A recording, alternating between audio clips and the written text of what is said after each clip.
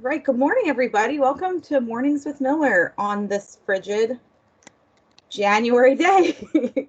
um, Today's topic, we're going to talk about the outdoor workspace, which I don't think anybody's probably using today, but warm weather's on the way. So we should talk a little bit about what it looks like for lead times a little bit, and why we're talking about outdoor today is because when you're going to want that outdoor furniture, you'll have to have ordered it a few weeks before that. So we just wanted to make sure you knew what Herman Miller Group had to offer and maybe some logic behind why we're talking about outdoor in general. So again, obviously utilize the chat. Robin will yell out some questions, and we'll talk about outdoor furniture today. I do want to mention on the call today that we have Melanie Tantillo. She's a territory manager with Herman Miller, but she, in her previous life, has spent 10 years selling outdoor furniture. So she has a ton of knowledge about how long it takes to get outdoor furniture to people, different things that you have to consider. So we're going to have her pop in and out and talk a little bit about that so if there's any specific questions, Melanie's definitely a resource for that. So as we learned in our Future of the Office presentation, that we're seeing a huge distributed work model. And so we know that work can happen anywhere and everywhere. And we know as people return to the office, people are going to really require different kinds of settings. And one of those settings is definitely going to be outdoor. And we know that because, one, there's some psychological safety around having the ability to have fresh air constantly and being outdoors. We know that, people are now talking about the double mask and how to stay safe, and they're recommending people stay outside with people who aren't from their household. And this will help give a place for people to work together and collaborate, but also have the ability to be together and feel safe. So we're thinking about outdoor spaces more than just that place you went to escape, even though it still is that. So here's some outdoor goals. You can help strengthen and build relationships. We know when you change settings, it just changes the vibe of a conversation. It allows people to talk in different tones and different ways and have a very different kind of conversation than in an office. It talks about, the further commitment to well-being from an organization. So as we see people implementing, outdoor spaces and outdoor workspaces in particular, that the attraction and retention is higher for those organizations because their commitment to the employees' well-being, getting that vitamin D and that fresh air feels really important to those people. You create different kinds of spaces. You can definitely still do that quiet contemplation outside. One of the things I miss about working downtown is if you really need to clear your head, you can go out and take a walk. You kind of get those city vibes, you get that air. Not that I can't do it here, but it doesn't feel as removed. So thinking about places for quiet contemplation for that time just to get your head straight. You can promote collaboration outside. We have two settings here on the left that feel, a little bit more loungy on the top, definitely a bit more dining and meeting on the bottom, but just thinking about how you can collaborate differently outside than you can inside.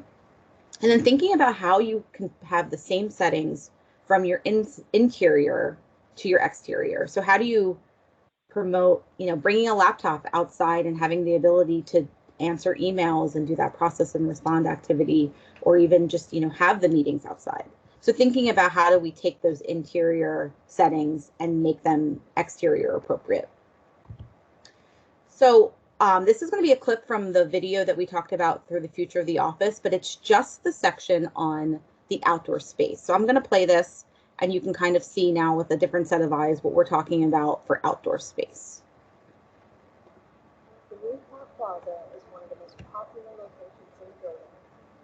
Comprised of indoor and outdoor neighborhoods, it's a great location for quiet contemplation or group discussions. Outdoor neighborhoods offer free desking and group work arrangements. This means that the same activities that are supported inside the building can happen outdoors. It's important that everyone has access to an equitable office experience. So that whole idea of an equitable office experience. So thinking about that every single person who works in your organization should have the ability to work where, have the autonomy to select where they want to work, but that supports the activities that they need. And that there's enough of those things for the people as they function through the space. So I think it's an interesting thing just to think about that equity. We're talking about equity in society. We're talking about equity, with employment. We're talking about equity within the spaces, and even equity when we talk about distributed work. Does everybody have the tools at home that they have at work? And a lot of people at home are working outside. So this is our set of Herman Miller Group brands. What I've done is I've grayed out the ones that are not carrying our outdoor furniture, but Herman Miller, Hay, and Design Within Reach. So 33% of our brands are carrying outdoor solutions, which is super exciting. So here's some just different images of ways that you can do outdoor working, the outdoor environment, and how it can support, people having their mobile devices and being able to be focused on working or having a meeting, that kind of thing. More where it's a little bit more of a meeting space, lounging. You can see for these, some of these are, especially this one in the middle on the right, those people are definitely still that 6 feet away situation. And we know that, I think, we will be forever changed into really understanding. Well, now we all know what 6 feet looks like always. We always will know that forever. But just thinking about, people are really going to think about spacing, and they're going to think about how they feel safe, regardless of having the vaccine and mask wearing and all of that. I think there will be a continued push to have people feeling comfortably separate while still being together. And then here's some settings that were designed by our ancillary team, and these are going to support that being a little bit further apart. So you can see that we still have the ability to work together, but being at that safe distance. And these are renderings that our dealers can support, and also that our internal Herman Miller team can support. They're just showing different ways to show your clients how they can use space safely. Using some planters as dividers, and those come from GWR.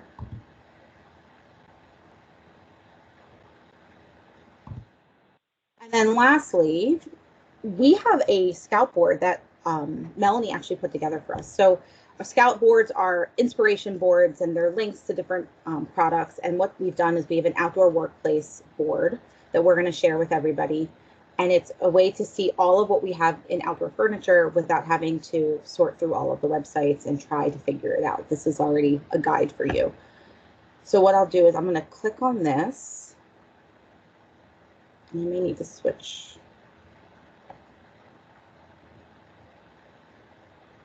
Yeah, let me switch my stop sharing and sharing again.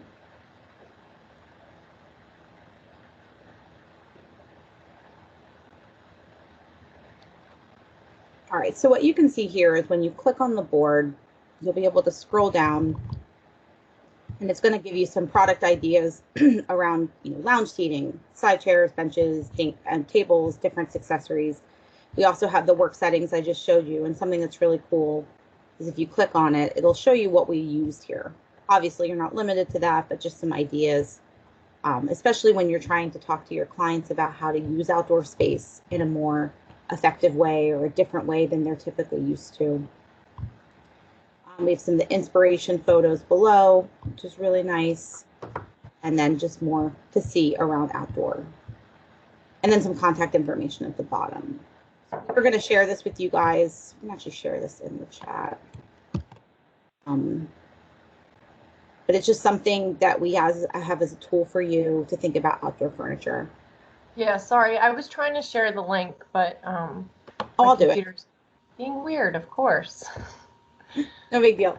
So yeah, is there any questions around outdoor? Why we're talking about outdoor now? Have you seen clients kind of pushing what outdoor looks like for them, maybe reimagining their spaces? What are the range and lead times that you're experiencing right now? If there's more of a push towards this, where can the range go for some of these products that we're seeing? Alex Kraft coming in with the hard question. Sorry about that. No, it's a good question. Honestly, it's all going to be like assigned lead time. So some of it's going to be all of the Hay product most of the hay product is starting to be stocked here in the US. DWR has a lot of stocked items, a ton of stocked things. And we can guide you in the direction when you're starting to pick things of what, picking versus by a lead time versus picking something that may have like an 18-week lead time. Okay. So we can essentially, definitely- like a DWR, if it's stocked, it could ship immediately to something that might be European based that would have a, Yeah, a standard 6 to 8 or longer. Yeah, we're definitely going to be able to guide you in those conversations and saying, when do they need this? When do they want it? Let's kind of work from that and build them. Because again, with a lot of the European furniture, it just depends on whether we've stocked it here, or if we're relying on their stock, and that still can come pretty quickly, or if they have to make it. So it just depends on the product line. And because there are so many product lines, and I can click through some of this stuff, with our side chairs. Sorry, I was just going to ask while you're looking at that. I don't know if everyone's looking at the chat, but Tulsa asked, does anyone have experience on if outdoor Wi-Fi areas are popular for office environments and if people use them? So I can speak from a little experience on working outside. So my coworker Steve and I, when we did not have an office space downtown and we had meeting space time between meetings, we used to work together in the Comcast courtyard that was Wi-Fi. And we would set up a table, we'd get our coffee from that Starbucks, and we would work outside for like a few hours for meetings because we didn't really have a place to go. It was summer, it was beautiful, it was fine. We were really sad when they took the furniture away because I think we were hanging on to the bitter end in our coats. But it was definitely something that and that was a space that was constantly packed. It was packed from 10 a.m. till noonish, and then that like sweet coffee spots, the 10 a.m. coffee spot and that 2 p.m. coffee spot. I think those you wouldn't have a table available. So I would say, and that was pre-pandemic, that was just regular Tuesdays, whatever day it was, and it was packed and it was Wi-Fi ready. So I feel like that was something, we're looking at spaces like that. It was, promoting the way to work because it was like a good table, good set of chairs, the coffee was available, the Wi-Fi was there, and also you got to see people. We saw people constantly walking through that space, so it was almost like an outdoor plaza space. I would say for our education projects, they've been a lot more open to investigating outdoor spaces for additional learning spaces, which would include, being able to get Wi-Fi and power, and so that has been growing. Our clients have been feeling more comfortable about proceeding with that, which is good. That's awesome. I love to hear that. Usually it's the first thing that gets taken out of the budget, unfortunately, but I think it is growing in importance. I feel like we'll see a major shift from like outdoor being true ancillary. Like, let's throw some cool lounge chairs here, an umbrella, let people sit, whatever. When it's not an important space, it's an extra space. To being space that's really utilized with purpose. And that's kind of what we're trying to show with that video that we had, but also with some of the options we're showing for outdoor. Hey, Sam, it's Mike. Could you talk a little bit about warranties for outdoor furniture and like managing customer expectations around those? Yeah, so warranties are going to be kind of all over the place depending on manufacturer, material use, things like that. A lot of ancillary furniture we're seeing in general, we're talking market wide beyond Herman Miller, 2 to 5 years seems to be an average. And I think we're going to see some of the furniture, like the Lowell product, for example, that is designed to be outdoors 100% of the time in deep snow winters with no color fade. The warranty is going to be very different than something that's a little bit more dainty, that's meant for maybe some porch use. So I think it depends on the piece. And I think managing expectations is just being honest about, the manufacturer's warranty is this. And we can kind of guide you in a direction too. If somebody's looking for what is the best warranty, best lead time, and how do you want the product to function? Robin and myself, and we're going to steal Melanie's expertise for these as well. We'll be able to guide you in a way that's going to be successful for you and your client. But I think, that it brings up a good point around ancillary product in general.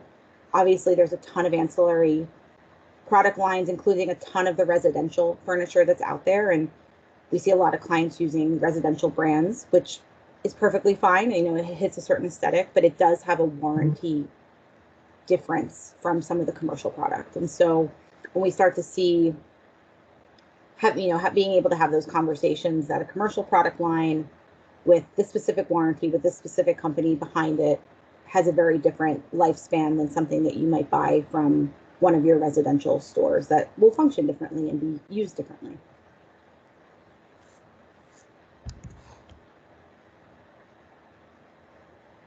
My dealers are coming in with hard questions today.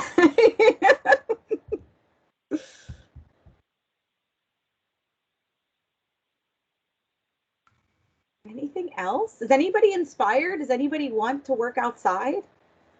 I was just going to ask, does anyone else have any favorite spots? I used to just sometimes sit in front of City Hall there. I almost always can get on Wi-Fi, usually Xfinity. I'm an Xfinity customer, so usually almost anywhere I am, I can hop on that, which is great.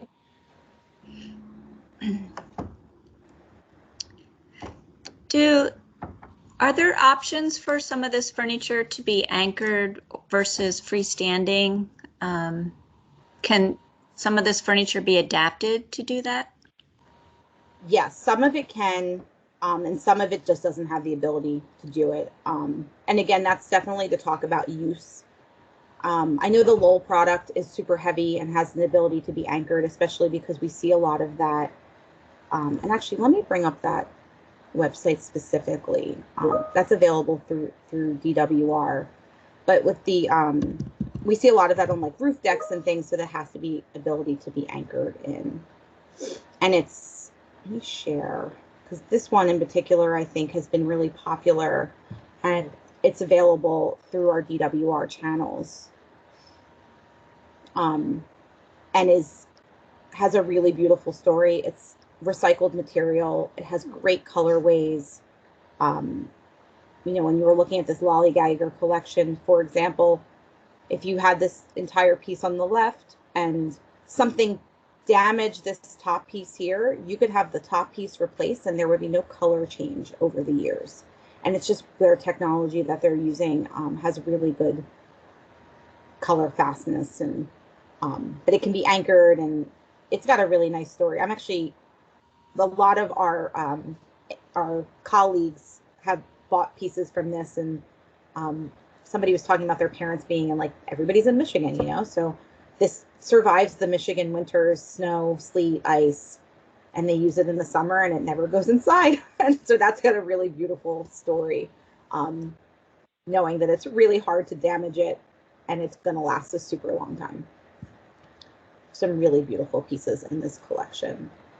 And it's made in the US, and they use recycled content from single-use milk jugs.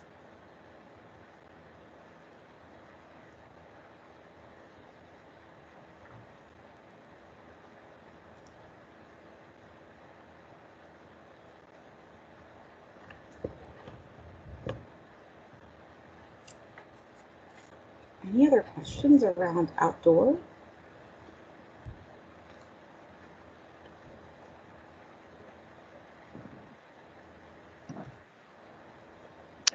Hi, this is Gail. This is just making me stupid. Sorry, I was just going to say, Gail. This is making me super excited for outdoors.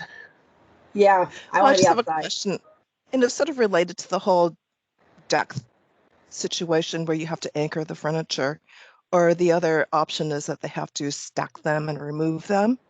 Mm-hmm. So seems like something my clients always struggle with is like, okay, well, what do we do with all this furniture and we've got to secure it?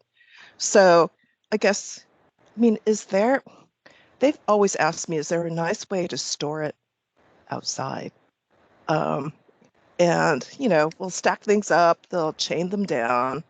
But it would almost be nice if there was some sort of enclosure that they could keep outside, that they could stow these things in that would fit your products. Just a food for thought.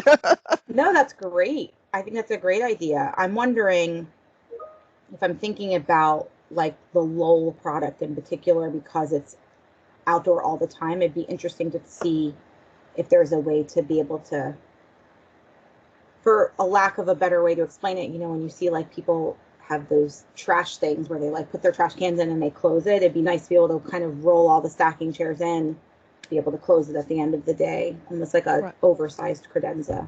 Yeah, and something that looks nice. Yeah, no, for sure. I think that's a great idea. I'm going to mention that. And with our DWR connection, and we can always ask Perrin to, she's our DWR rep, to ask her, have you heard of anything like this? Has anybody done this? Because she's constantly servicing hospitality groups and things. Where you're right, when you walk along, especially right now in the city, anytime they all have created these, I'm going to call them shanties for a better, lack of a better phrase.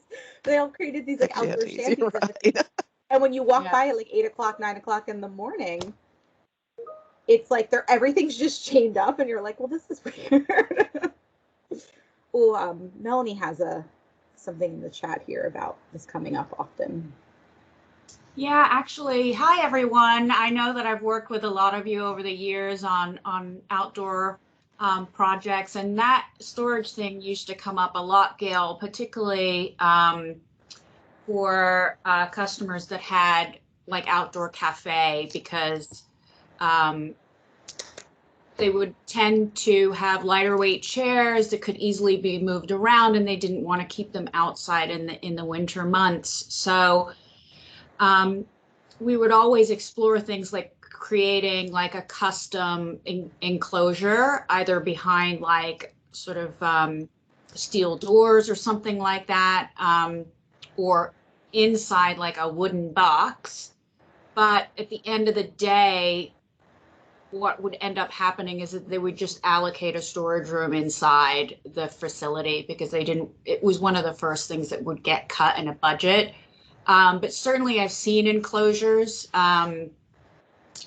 with metal panels and with wood panels before, sort of like a fenced in area. It really just depends on the location. Of course, if you're up on like a terrace, an elevated terrace, it may not work, depending on whether you can build that structure and penetrate the roof membrane. So it just depends on location, but it certainly comes up. Yeah, unfortunately, we always run out of space on the inside. And storage space is really, kind of a prom commodity. So yeah, we always end up thinking, well, can we store it outside? What can we do with this? And so, yeah, it would be nice to have a few different solutions up our sleeve, but thank you. Those are good suggestions. Now, Gail, I think you're right. A lot of times it's funny when you look at plans and we're looking at, all this mobile furniture these days, and you're like, well, so when we pull it all away, where does it go? And it's the clients always like they don't want to waste the square footage on storage, but they also really need it. It's almost like saying, oh, you're going to just build your whole house with no closets. We have no, thinking about it that way is like, well, where would you put your things? Where do you want to hide them? And I think it's hard to kind of get them to understand the value in storage. Mm-hmm. Storage is like, but when you're thinking about outdoor, rooftop space, it brings up a really good point that at some point it may all need to be stored, and just for things like storms, and how would you manage that, I think is something to really think about when we're talking to people. So thank you for bringing that up. Thank you for your answers. Yeah, we always come up with this, especially on the East Coast where we have a lot of thunderstorms in the summertime. Seems like it's always an issue. Yeah. And it probably will be more now that people are doing more outdoor functional space. That's what we're hoping for. I know that I'd like to work. I'd like to go into people's office and they're like, let's take this meeting outside. Of course. Well, thank you guys for joining. We're just about on the hour. If you have any questions, feel free to reach out to any of your Herman Miller partner people. So that's, me, Robin, Melanie, Steve, and then we have our dealer partners as well, and they'll all be able to get to us. So thank you guys for joining, and we hope we inspired you for warmer weather. That's what I'm hoping for. Next week Okay, we thank have you. Megan from Not One is joining us to talk about Not One. So hope you can join us for that.